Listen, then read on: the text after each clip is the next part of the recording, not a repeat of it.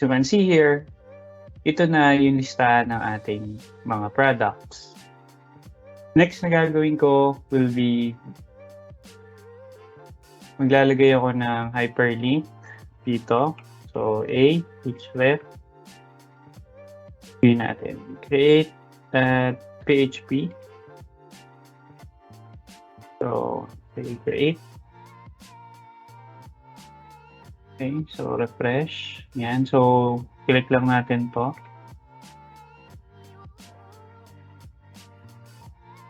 Okay, so pag clinic ko to, pupunta siya dapat kay create.php. Since walang create.php, gagawa tayo ng bago. So copy ko lang, tapos rename create.php.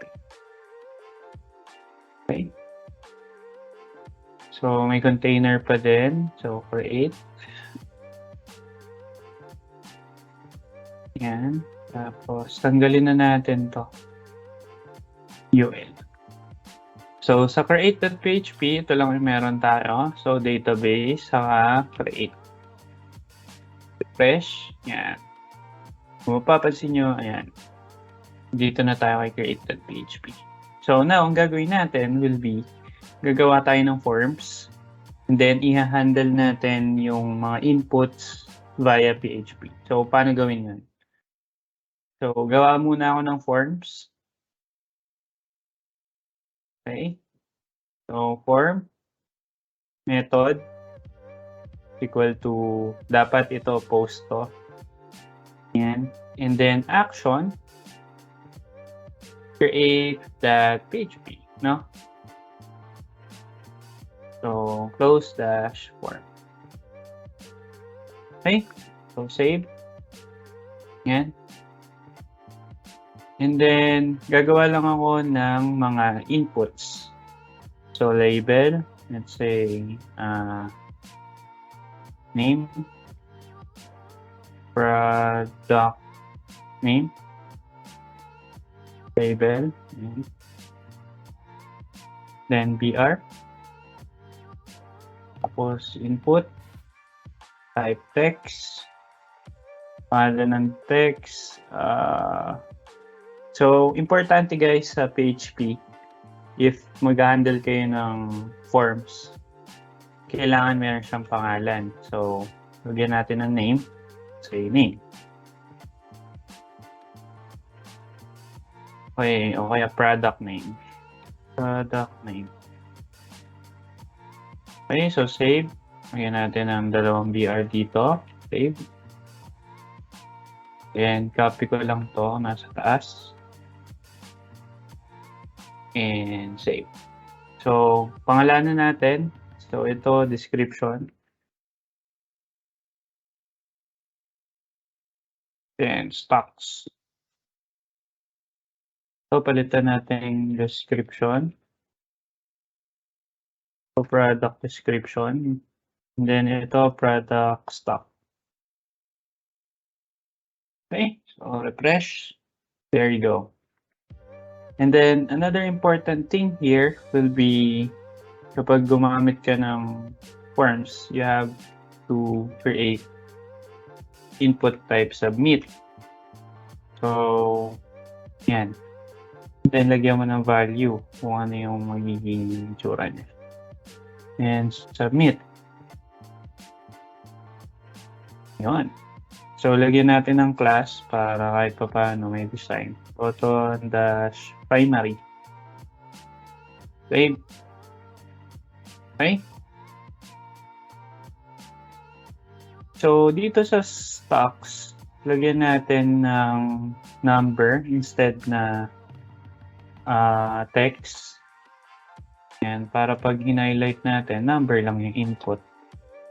So, pag naglagay ka ng letter, ano siya? Okay, so now, ang gagawin natin will be, since nakagawa na tayo ng form, ang next na gagawin naman natin will be, i-handle natin yung input ni user. So, i-get natin siya, no? So, kukuhanin natin. So, paano gawin yun? So, para magawa yun, kailangan nating tawagin yung post na array.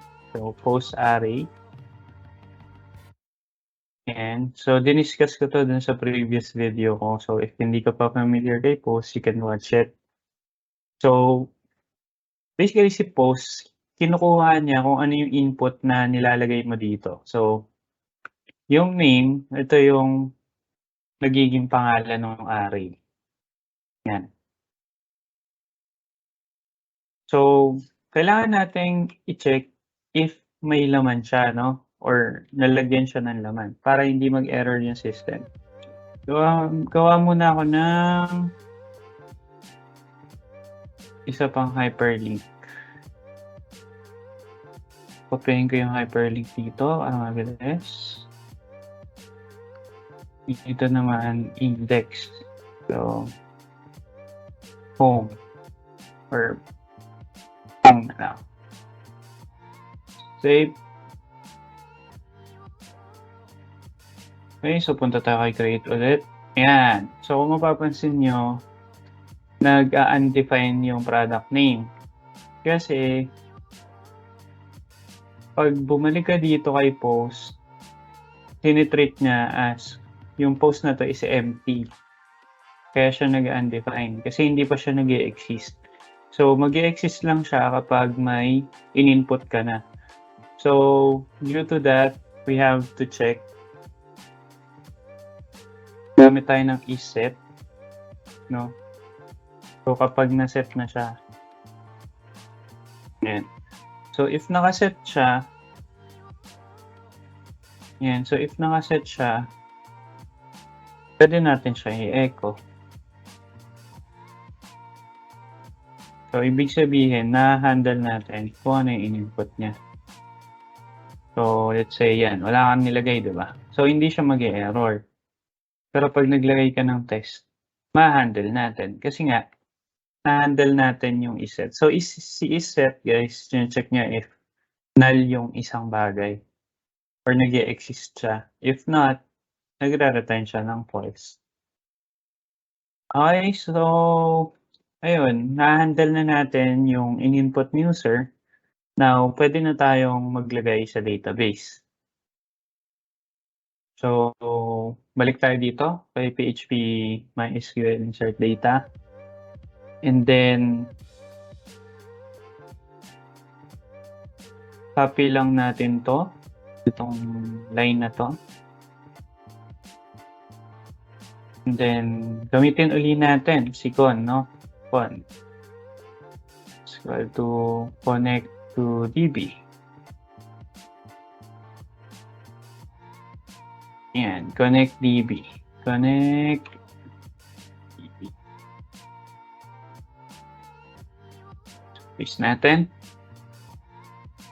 So, ito, mag-insert naman tayo. Insert into products.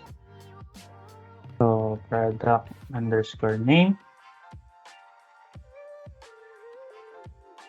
Product name. Product underscore description. Tsaka stocks. Tama ba? Tingnan natin sa database. So, stocks lang. Okay. So, stocks. Then yung value. Okay. So, double quote. Dalawang tuldok para ma-concatenate natin. So, ito pala, nasa loob pala dapat to. Cut natin. Kasi dito tayo mag-i-insert eh. Once nakaset lang. Okay, so cut natin yan.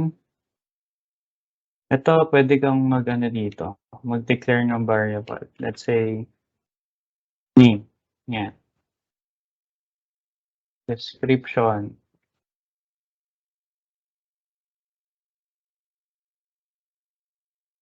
Mo.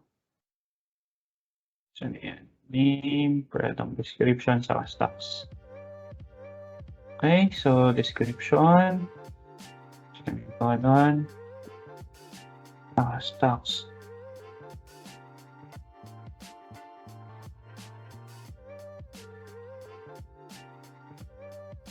Yan. Okay. So, itong tatlong to, pwedeng nating ilagay yan dito. So, name. Yan, copyin mo lang to para di ka naman dyan, mahirapan. Okay, so, description, saka stocks. Okay, so basically guys, nasa isang string siya. So, ito yung query na diniscuss natin earlier. So, kung ano yung query na pinakita ko sa inyo earlier, yun lang din. Ang difference lang is, galing sa variable, yung pinapasa natin sa kanya. So, nag-declare ako ng name, kinoncatenate lang natin siya into one string. So, yun. Single, double, tuldok, para di ka malito. And separated by comma yung values. And then, dito sa connection, meron siyang query na property. And then, niraran niya kung ano yung nasa SQL. So, if nag-successful yung query mo, then mag-e-echo siya na new record has been created. No? So, yeah, that's it. So, reload natin. Okay, line number 10. So, nag-insert siya. Kahit wala tayo nilalagay.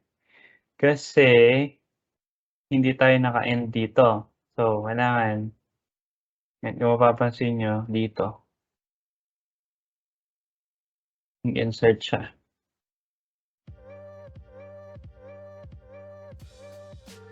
Okay, so balik muna natin para, na-insert yung test. So, para mas malinaw, ang gagawin natin will be mag-end ka dito and set mo lang siya to product name and then yung isa pa, stocks. Product stocks pala. So, kaya siya nag-error.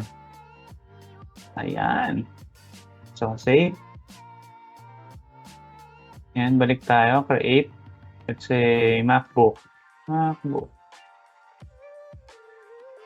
Say, 200. Save. New record created successfully. So, create natin yung home. Yan, nalagay na si MacBook.